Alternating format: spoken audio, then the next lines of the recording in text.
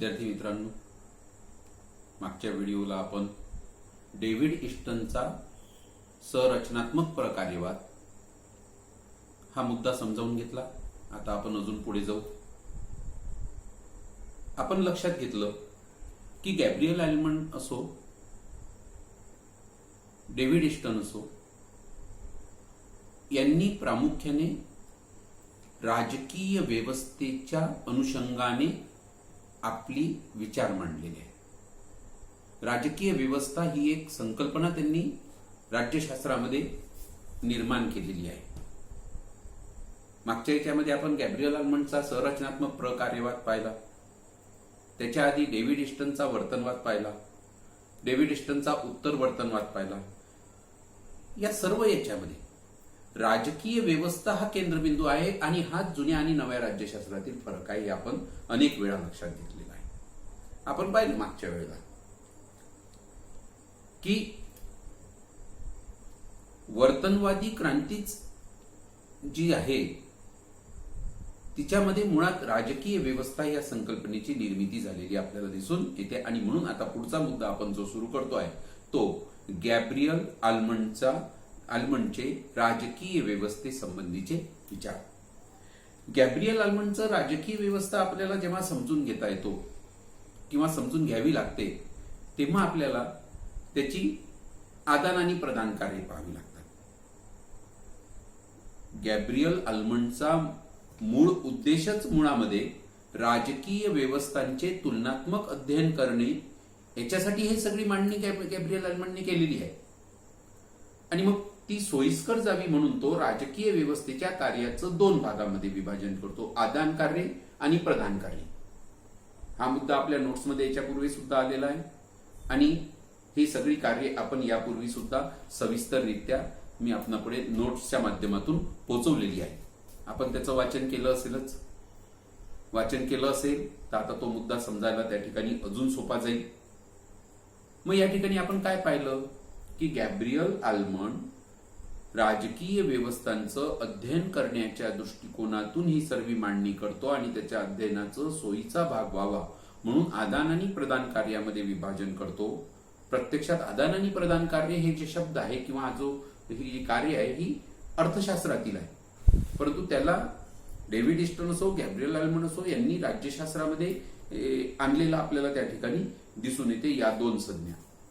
आणि म्हणून गॅब्रियल ॲल्मनच्या राजकीय व्यवस्थेची संरचना किंवा त्याची राजकीय व्यवस्था काय आहे याचा जेव्हा विचार करतो तेव्हा आपल्याला पुढे आता एका आकृतीवर, जी आपण मागच्या याच्यामध्ये डेव्हिड ईस्टनच्या याच्यामध्ये त्या ठिकाणी काढून सुद्धा घेतली आहे, त्या आकृतीकडे वळावं लागतं. त्यामध्ये ॲल्मनची आदान व प्रदान कार्ये किंवा ॲल्मनचीच राजकीय व्यवस्थेची संकल्पना. आता याच्यामध्ये ॲल्मन काय म्हणतोय की ही राजकीय व्यवस्था आहे, एक राजकीय व्यवस्था आहे आणि त्या राजकीय व्यवस्थेमध्ये सर्व प्रक्रिया कार्ये चालतात. आजूबाजूला हे पर्यावरण आहे. पर्यावरणामध्ये एका बाजूने आदान कार्य, या ठिकाणी प्रक्रिया कार्य म्हणजे प्रोसेसिंग राजकीय व्यवस्थेमध्ये होतं. ते कसं होतं आपण ते पुढे पाहू त्या ठिकाणी. आणि मग त्याचं आउटपुट म्हणजे आदान कार्य. आदान म्हणजे इनपुट आणि आउटपुट म्हणजे इथे प्रदान कार्य आपल्याला त्या ठिकाणी मेन्शन करावं लागेल. त्या ही आदान कार्य आहे म्हणजे हे राजकीय व्यवस्थेतलं इनपुट आहे आणि ही प्रदान कार्य आहे हे म्हणजे राजकीय व्यवस्थेतलं आउटपुट आहे.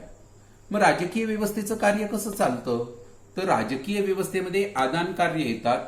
ही रूपांतराची प्रक्रिया आहे म्हणून प्रक्रिया कार्य म्हटलेलं आहे. इथं आदान, रूपांतर, प्रदान आणि मागच्या याच्यात आपण शिकलो होतो परत प्रत्यादान. अशा पद्धतीने राजकीय व्यवस्थेचं कार्य त्या ठिकाणी चालतं असं डेव्हिड ईस्टनने स्पष्ट केलं होतं. इथे तीच प्रतिकृती आपण पाहिलाय. ॲल्मनचा संरचनात्मक कार्यवाद पाहताना ॲल्मन ची ही जी राजकीय व्यवस्था आहे हे स्वरूप डेव्हिड ईस्टनच्या राजकीय व्यवस्थेचंच विस्तारित रूप आहे. मग यामध्ये आदान कार्य कोणकोणती आहे तर एक आहे राजकीय सामाजिकरण व भरती, दुसरा आहे हितसंबंधाचे प्रगटीकरण, तिसरा आहे हितसंबंधाचे सुसूत्रीकरण, आणि चौथा आहे राजकीय संसूचन. म्हणजे या सर्व माध्यमातून राजकीय व्यवस्थेची आदान कार्य होतात. दुसरं त्या ठिकाणी पुढे पाहिलं आपण प्रधान कार्य. प्रधान कार्यामध्ये काय आहे तर कायदे निर्मिती, अंमलबजावणी आणि न्याय निवाडा अशी ही प्रधान कार्य आहे.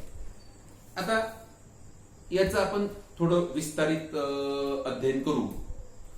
ही राजकीय व्यवस्था तुम्ही पाहिलं, राजकीय व्यवस्थेमध्ये आजूबाजूला पर्यावरण असते. आता हे पर्यावरण म्हणजे आजूबाजूचं वातावरण. या वातावरणामध्ये व्यक्तीतील संबंध, हितसंबंधी गट, दबाव गट, क्रिया प्रक्रिया, निर्णय, समाजामधील वेगवेगळ्या चालणाऱ्या क्रिया प्रक्रिया, हिंसा, मेळावे वगैरे हे सर्व वातावरणाचा भाग येतो राजकीय व्यवस्थेच्या. आणि या सर्वाचा प्रभाव कशावर पडत असतो? राजकीय व्यवस्थेवर पडत असतो. आणि त्याचा पहिला भाग आहे की राजकीय व्यवस्थेमध्ये इनपुट जे आपला म्हटलं, आदान कार्य असं म्हटलं. आणि त्या आदान कार्यामध्ये पहिला मुद्दा आपण कोणता पाहिलेला आहे? कोणकोणती आदान कार्य आहे? तर एक आहे राजकीय सामाजिकरण व भरती.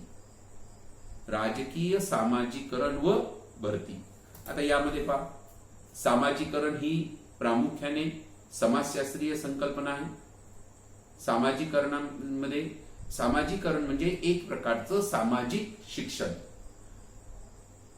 आम्ही शिकतो, शाळांमध्ये शिकतो, परंतु ते शिक्षण ते आपलं सामाजिकरण नसतं.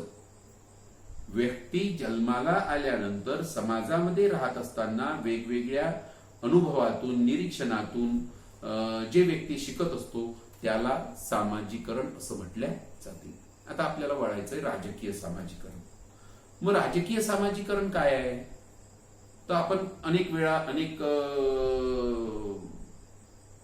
प्रामुख्याने एरिस्टॉटल, प्लेटो विचारवंत पाहत असताना आपण अनेकदा एक वाक्य म्हणून नेहमी म्हणत असतो की काय म्हणतो Aristotle? Man is a social animal. मानव हा सामाजिक प्राणी आहे. तसाच तो man is a political animal. मानव हा राजकीय प्राणी आहे. आणि तो राजकीय प्राणी असल्यामुळे समाज संस्थेतून राज्यसंस्था विकसित होत गेलेली आहे. आज आपण या स्तरापर्यंत आलेलो आहे. कायदे मंडळ, कार्यकारी मंडळ, न्याय मंडळ. म्हणजे मानवाच्या भटक्या स्थितीतून आज इथपर्यंत या ठिकाणी आपण आलेलो आहे. हे त्याचं राजकीय सामाजिकरण आहे. आणि म्हणून मग राजकीय सामाजिकरण व भरती. मग या ठिकाणी आपल्याला दिसते की व्यक्तीला समाजामध्ये तो जसा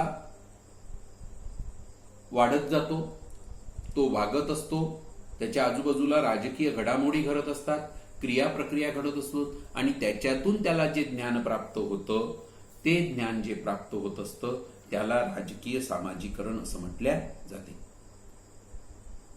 नवजात बालक येते, मूल जन्माला येतं. तर मूल जन्माला आल्यानंतर, जीव जन्माला आल्यानंतर आल्या त्याला सगळ्या राजकीय गोष्टी माहिती असतात का?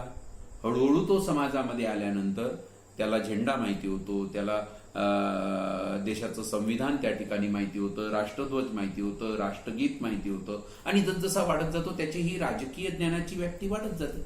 आणि यालाच राजकीय सामाजिकरण असं म्हटलं जाते.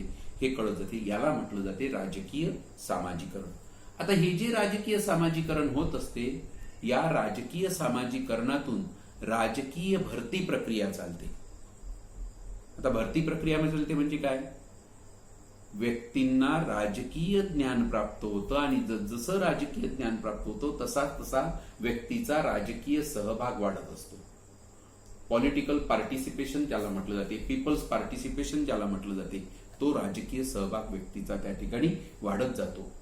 आणि म्हणून या ठिकाणी आपल्याला म्हटलं जाते की या आजूबाजूच्या वातावरणातून आदान कार्य कोणतं आहे? तर या आदान कार्यामध्ये व्यक्तींचं राजकीय सामाजिकरण होणे आणि व्यक्तींचा राजकीय सहभाग वाढणे. दुसरं कार्य कोणतं आहे आपण त्या ठिकाणी पाहिलेलं आहे? ते म्हणजे हितसंबंधाचे प्रगटीकरण. आता हितसंबंधाचे प्रगटीकरण, समाजामध्ये वेगवेगळे गट असतात. शेतकऱ्यांचा गट वेगळा, विद्यार्थ्यांचा गट वेगळा, व्यापाऱ्यांचा गट वेगळा, शिक्षकांचा गट वेगळा, मजुरांचा गट वेगळा, श्रमिकांचा गट वेगळा, कारखानदारांचा गट वेगळा, खाण कामगारांचा, असे समाजामध्ये वेगवेगळे घटक असतात. आणि या प्रत्येक हितसंबंधी गटाच्या स्वतःच्या काही मागण्या असतात. आता हे सगळे समाजातले गट समाजातील या विविध घटकांच्या ज्या मागण्या असतात या मागण्यांचं प्रगटीकरण करण्याचं काम दबाव गट करतात, हितसंबंधी गट करतात, राजकीय पक्ष करतात. कुठे करतात? राजकीय व्यवस्थेसमोर करतात. जे राजकीय व्यवस्थेतील लोक असतात त्यांच्या समोर या मागण्यांचं प्रगटीकरण करण्याचं काम कोण करत असतं? हितसंबंधी गट, दबाव गट, राजकीय पक्ष. यालाच म्हटलं जाते हितसंबंधाचे प्रगटीकरण. म्हणजे हे आदान करण्याचाच भाग आहे. राजकीय व्यवस्थेकडे याद्वारे मागण्या पोहोचवल्या जातात लोकांच्या, समाजाच्या. त्यानंतर आहे पुढचं तिसरं कार्य आहे हितसंबंधाचे सुसूत्रीकरण. आता सुसूत्रीकरण म्हणजे काय? सहज शब्द आहे. सूत्रबद्ध पद्धतीने लावणे. मग या ठिकाणी आपल्याला दिसते की ज्या वेगवेगळ्या मागण्या आलेल्या आहेत याला अनेक गोष्टी असतात. त्या ठिकाणी प्रत्येकाच्या वेगवेगळ्या मागण्या असतात. एकाच मागणीला वेगवेगळे कंगोरे असतात किंवा वेगवेगळे अँगल असतात. त्या ठिकाणी एखादी मागणी असेल तर त्या मागणीच्या संदर्भामध्ये वेगवेगळे घटक त्या मागणीच्या संदर्भामध्ये संबंधित असतात. कुणाच्या तशा प्रकारची ती मागणी पूर्ण होणे कुणाच्या हिताचं असते तर ते कुणाच्या अहिताचं असते. किमती वाढाव्या वस्तूंच्या हे व्यापाऱ्यांच्या फायद्याचं असते तर किमती वाढणे हे ग्राहकांच्या अहिताचं असते.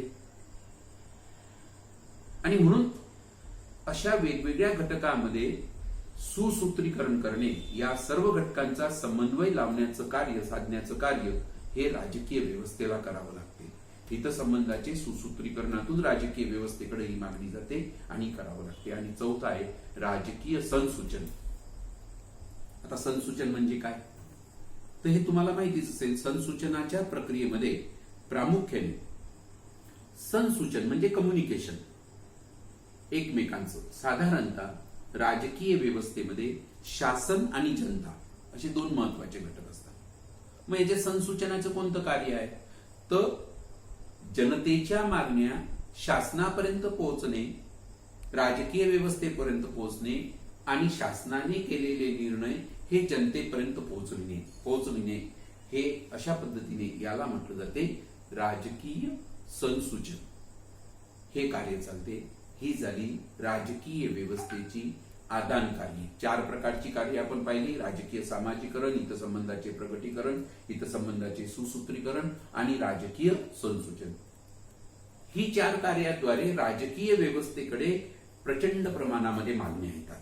आणि मग वरती आपण पाहिलं राजकीय व्यवस्थेकडे इनपुट मागण्यांचं असं आल्यानंतर राजकीय व्यवस्थेच्या अंतर्गत एक निर्णय प्रक्रिया त्या ठिकाणी चालते, ज्याच्यामध्ये कायदे मंडळ आहे, कार्यकारी मंडळ आहे, न्यायालय आहे. याद्वारे ती निर्णय प्रक्रिया चालते. आणि मग त्या निर्णय प्रक्रियेतून रूपांतराची ती प्रक्रिया असते आणि त्या रूपांतराच्या प्रक्रियेतून जे निर्णय होतात त्याला राजकीय व्यवस्थेची प्रधान कार्ये असं संबोधल्या जाते. आणि मग आपण आता प्रधान कार्य. मग या प्रधान कार्यामध्ये काय असलेलं आपल्याला दिसते त्या प्रधान कार्याकडे वळू आपण. कोणकोणती प्रधान कार्य आहे? कायदे निर्मिती, अंमलबजावणी आणि न्याय विभाग. याच्या आपण आता प्रधान कार्याकडे वळतो आहे.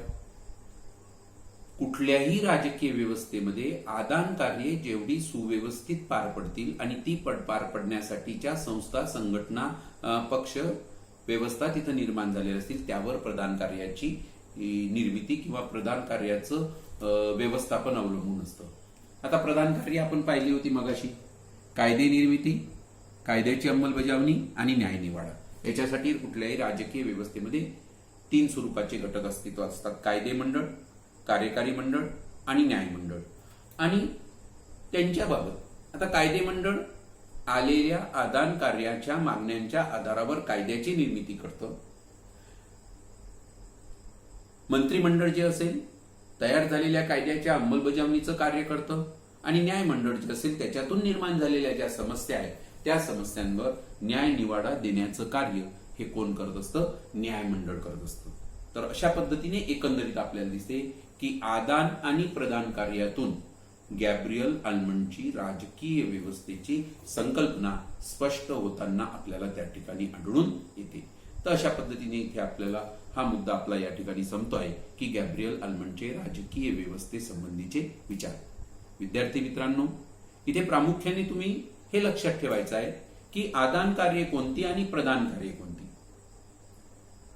या ठिकाणी 4 मार्कासाठी प्रश्न आले तर आदान कार्य लिहा, प्रदान कार्य लिहा. दीर्घोत्तरी आला तर पूर्ण राजकीय व्यवस्थेची 4 आणि 3 7 कार्य तुम्हाला लिहावं लागतील. आणि ह्या गोष्टी तुम्हाला माहिती असायला हव्या. राजकीय सामाजिकरण म्हणजे काय, हित संबंधाचे सोपे सोपे शब्द आहे. सामाजिकरण, राजकीय शिक्षण मिळणं.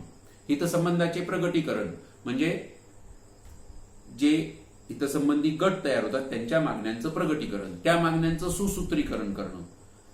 जनतेचे निर्णय म्हणजेच सुसूत्रीकरण आणि जनतेचे निर्णय जनतेच्या मागण्या शासनाकडे आणि शासनाचे निर्णय जनतेकडे पोहोचवणे म्हणजे संसूचन. ही सरळ सरळ आदान कार्य. ह्या बाबी लक्षात ठेवायच्या. आणि पुढचं तर काय, कायदे निर्मिती, कायदे मंडळ, न्यायमंडळ आणि कार्यपालिका हे तुम्हाला माहितीच आहे. फर्स्ट इयर, सेकंड इयर वेगवेगळ्या राजकीय व्यवस्थांमध्ये आपण कायदे मंडळ, कार्यकारी मंडळ आणि न्यायमंडळ शिकत असतो. मग ती त्यांची कार्य करतात, ही त्यांची प्रधान कार्य आहे. तर अशा पद्धतीने राजकीय व्यवस्था, गॅब्रियल अल्मंडचा राजकीय व्यवस्थेसंबंधीचा विचार या ठिकाणी आपला हा मुद्दा संपतो आहे. धन्यवाद.